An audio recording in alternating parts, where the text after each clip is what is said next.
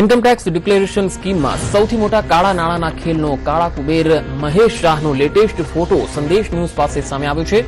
Export ઇમ્પોર્ટનો વેપાર કરતો 70 વર્ષીય મહેશ શાહ 13,860 કરોડની કાળી સંપત્તિ જાહેર કરીને ગાયબ થઈ ગયો છે. ત્યારે સંદેશ ન્યૂઝના હાથે મહેશ શાહની હાલની તસવીર લાગી છે. અત્યાર સુધી તમે કાળા કુબેર મહેશ શાહની જૂની તસવીરો જોઈ છે. હવે સંદેશ ન્યૂઝે તમને મહેશ શાહની લેટેસ્ટ તસવીર દેખાડી રહ્યું છે. આ બંને તસવીરો જુઓ. એક તસવીર પહેલા તે કેવો દેખાતો હતો એ છે અને બીજી તસવીર હાલ કેવો દેખાય છે મહેશ શાહ તેની છે. 13,860 કરોડનું કાળું નાણું જાહેર કરી હાલ મહેશ શાહ ફરાર છે. ત્યારે સંદેશ ન્યૂઝ મહેશ શાહની આ લેટેસ્ટ તસવીરો આપની સમક્ષ લાવી છે. ધ્યાનથી જોઈ લો. આ કાળા કુબેરનો ચહેરો હાલ કંઈક આવો જ દેખાય છે મહેશ શાહ. અમદાવાદના એક મોટા કૌભાંડી મહેશ શાહે 13,860 કરોડની અધધ સંપત્તિ જાહેર કરી છે. અમદાવાદના જોધપુર 4 રસ્તા પાસે વૈભવી બંગલો ધરાવે છે અને સંદેશ ન્યૂઝ મહેશ શાહના સંબંધી મારફતે તેમની પુત્રી સુધી પહોંચ્યું. મહેશ શાહ ભાગેડું નથી કે ન તેઓએ કોઈ ખોટું કામ કર્યું. તેઓ જવાબદાર નાગરિક છે. જોકે આઈડીએસ સ્કીમ હેઠળ પહેલો હપ્તો ભરવાનો આવ્યો ત્યારે દેશનો સૌથી મોટો કાળો કુબેર મહેશ શાહ ફરાર થઈ ગયો છે. જાહેર કરેલી રકમના 25% ભરવાના હતા, જેના પગલે સીએ ની ઓફિસમાં આઈટીની ટીમે દરોડા પાડ્યા, જેમાં અપાજીની ઓફિસમાંથી 500 અને 1,000ની 40 લાખની જૂની ચલણી નોટ મળી આવી. આટલી મોટી રકમ જોઈને આઈટીના અધિકારીઓ પણ ચોંકી ઉઠ્યા.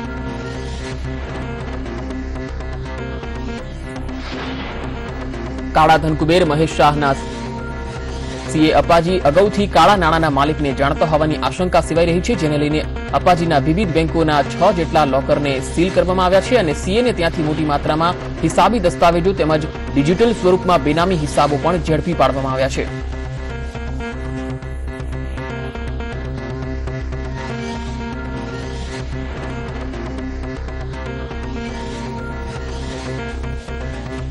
કેન્દ્ર સરકારની ઇન્કમ ટેક્સ ડિક્લેરેશન સ્કીમ હેઠળ 13,000 કરોડની બ્લેક મની જાહેર કરનાર વેપારીએ 30મી નવેમ્બરના રોજ અંતિમ દિવસે પણ 25% લેખે 1,000 કરોડનો હપ્તો નહીં ભરતા આઈટી વિભાગે વેપારીના સીએના ઘર, ઓફિસ સહિતના જે સ્થળો છે તેના પર દરોડા પાડ્યા. ત્યારબાદ મહેશ શાહના સીએ તૈમૂર શેઠનાએ માહિતી આપી.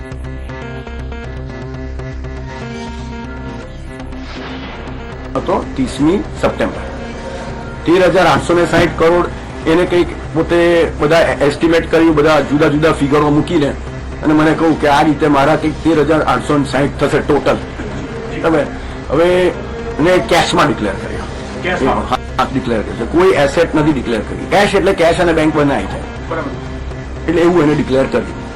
પછી મેં એને ઘણી વાર કહું અને મને કમિશનરે બી બોલાવ્યો કે તમે ટેક્સ કેટલો ભરો છો અને મને બી ખબર હતી. પછી ફોર્મ નંબર 2 આપે.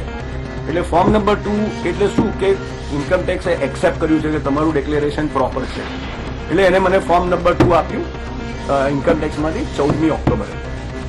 14મી ઓક્ટોબરે ફોર્મ નંબર 2 આવી ગયું. પછી 14મી ઓક્ટોબરથી એને 30મી નવેમ્બર સુધીમાં એના 25% ઓફ ભરવાના હતા. એટલે એમાં તમે જોશો સ્ટેટમેન્ટમાં કે 13,860 કરોડના 45% ટોટલ ટેક્સ થાય આઈડીએસમાં. 45%ના 25% ભરવાના હતા. એટલે કંઈક 1,560 કરોડ ભરવાના હતા બાય નવેમ્બર 30મી તારીખ સુધીમાં. એટલે મેં એને બહુ વાર કહ્યું કે તું ભરી કાઢ, થોડા તો ભરવાનું ચાલુ કર, કારણ કે આટલી બધી વોલ્યુમ છે, 1,560 બી પતાવતા બહુ વાર થશે. હવે એ કંઈક બોમ્બે ને બોમ્બે જ હોય છે, આવતા નથી અને કમ્યુનિકેશન કરે છે કે હું ભરીએ પણ કંઈ થયું નહીં. ટૂંકમાં દિવસ આવી ગયો છેલ્લા. એટલે ઇન્કમટેક્સ વાળા બી કદાચ કંટાળ્યા હશે.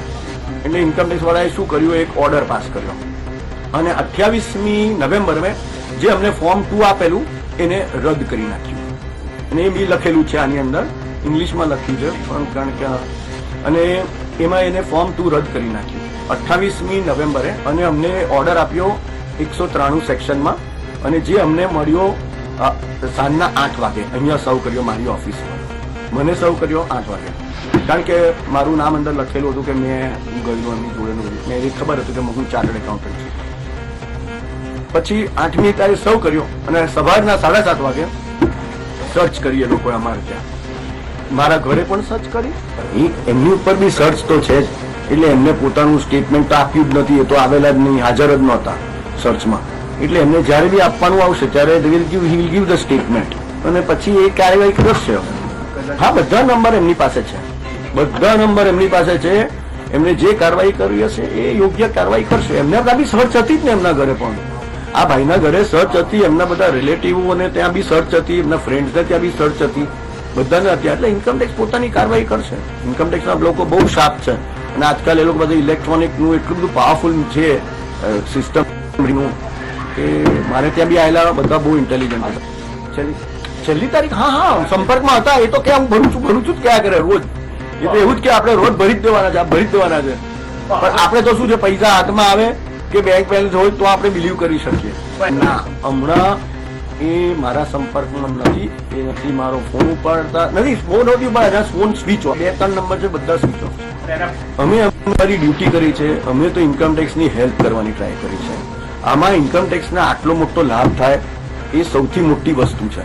આજે એને ટોટલી અમદાવાદમાં કાળાના ધોળાના સૌથી મોટા ગેમ પ્લાનનો પર્દાફાશ થયો છે.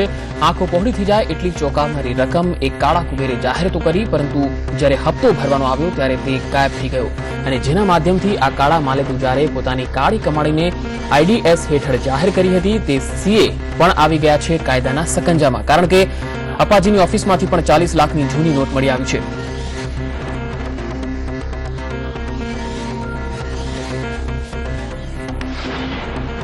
તો બીજી તરફ મહેશ શાહના પુત્રએ જણાવ્યું છે કે મારા પિતા ક્યાં છે તેની મને ખબર નથી, પરંતુ તેઓ લાપતા પણ નથી.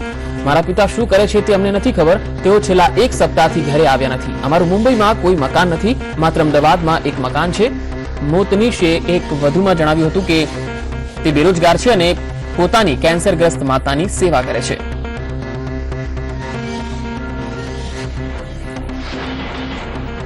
નોટબંધી બાદ ટોલટેક્સમાં અપાયેલી મુક્તિનો આજે છેલ્લો દિવસ છે. શુક્રવારે મધરાતથી ફરી ટોલટેક્સ વસૂલવાનું શરૂ થશે. ત્યારે સરકાર દ્વારા તમામ તૈયારીઓ કરી લેવામાં આવી છે. જોકે આ તમામની વચ્ચે 15 ડિસેમ્બરની રાત સુધી ટોલ પ્લાઝા પર જૂની 500ની નોટ સ્વીકારવામાં આવશે. પરંતુ જો ટોલટેક્સ 200 રૂપિયાથી વધારે થતો હોય તો જ જૂની નોટ માન્ય રહેશે. તો 200 થી ઓછા ટોલ માટે લોકો પાસે પૈસા ન હોય તો કાર્ડથી પેમેન્ટ કરી શકે. તે માટે નેશનલ હાઈવે ઓથોરિટીના તાબા હેઠળના 367 પ્લાઝા પર સ્વાઇપિંગ મશીન મૂકવામાં આવ્યા છે. દરેક ટોલ પ્લાઝા પર એવરેજ 10 સ્વાઇપિંગ મશીન મૂકવામાં આવ્યા છે. તો વોલેટ મારફતે પણ પેમેન્ટ કરી શકાય તેવી વ્યવસ્થા કરાઈ છે.